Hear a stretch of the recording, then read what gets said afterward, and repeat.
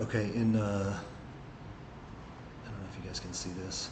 In my haste, I forgot to address the two questions that came through. There's been some questions that are sort of not related to the specific, it's more about the financials of the company. I'm going to hold those and batch those up because a couple have come in. But this one is, moving forward, what lessons have been drawn from this issue and what mechanisms have been put in place to prevent similar occurrences? Second, how can shareholder rights be better protected going forward and to maintain trust and governance? So we'll get there. I think this is missing the point.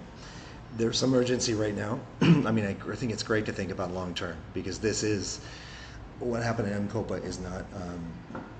It's certainly not a one-off, and it's not a one-off in particular for investments in BII's portfolio, which there are some of the, I think, worst behavior in the market is in that portfolio. But I think that's for later. Right now, we got the reason we have urgency right now is we have this kind of tender offer that the company's trying to run that they think is solving this disproportionate dilution issue by sort of clearing out some of the ordinaries and looking like good guys or whatever it is they're trying to do.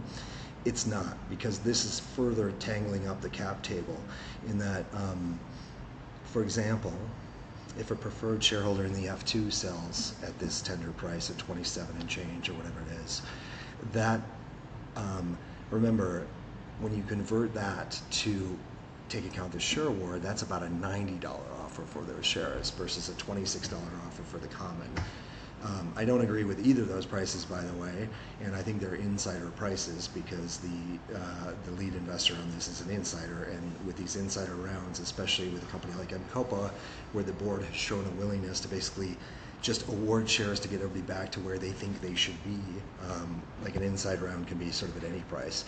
But what I do know is this, is somebody from the F2 who sells at that $90 equivalent price, the reason they're getting so much more than the $26 one is because their shares have a claim that they previously accrued to the ordinary shareholder that is illegally now being sold. So you're sort of conveying that sort of stolen claim, and I would not recommend that.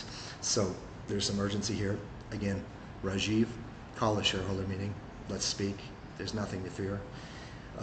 The thing to fear is we tangle this up further and this great company fails in some complete scandal of governance, and because of the continued sort of, I guess, unwillingness to basically look in the closet and see what's in there and clean it out so we can move forward, because there's plenty of great stuff in this company and it deserves to move forward.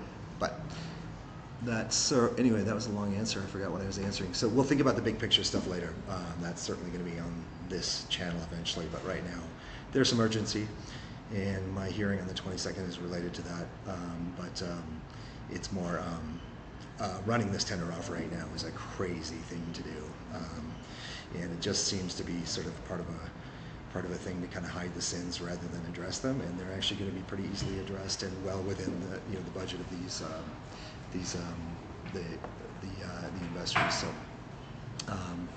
cool. Is that the heart emoji? How do I do that again? See ya.